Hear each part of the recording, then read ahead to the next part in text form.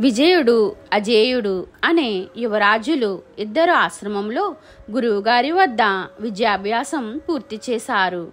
వారిని తిరిగి రాజ్యానికి పంపేలోపు ఓ చిన్న పరీక్ష పెట్టాలనుకున్నారు గురువుగారు. ఇద్దరినీ పిలిపించి, నాయనా, మన ఆశ్రమానికి 70 క్రోసుల దూరంలో కొన్ని అటవిక జాతుల వారి గుహలున్నాయి. వాటిలో అమూల్యమైన మరకతమణి ఉంది.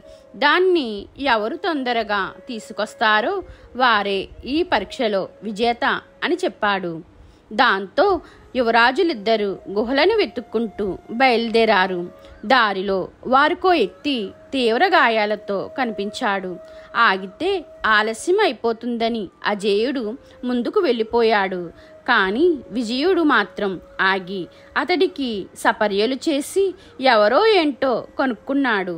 కాస్త స్థిమితపడి ఆ వ్యక్తి వెళ్ళిపోయాక విజయుడు మళ్ళీ బయలుదేరాడు. కొంత దూరం వెళ్ళాక అతడికి అజేయుడు అటవిక తెగల చేతిలో బందీగా కనిపించాడు.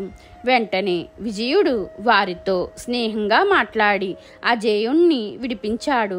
అంతేకాదు, వారు విజయుణ్ణి గుహల వద్దకు తీసుకువెళ్ళి మరకతమని కూడా ఇప్పించారు. ఇదంతా ఎలా సాధ్యమైందో అజేయుడికి అర్థం కాలేదు. అదే విషయం అడిగాడు. అప్పుడు విజయుడు, దారిలో గాయాలతో కనిపించిన వ్యక్తి వీరి చేతిలో దాడికి గురైన వాడే. వాళ్ళెలా ప్రవర్తిస్తారో అతడే నాకు చెప్పాడు. దాన్ని బట్టి వారిని నా మాటలతో ఆకట్టుకున్నాను.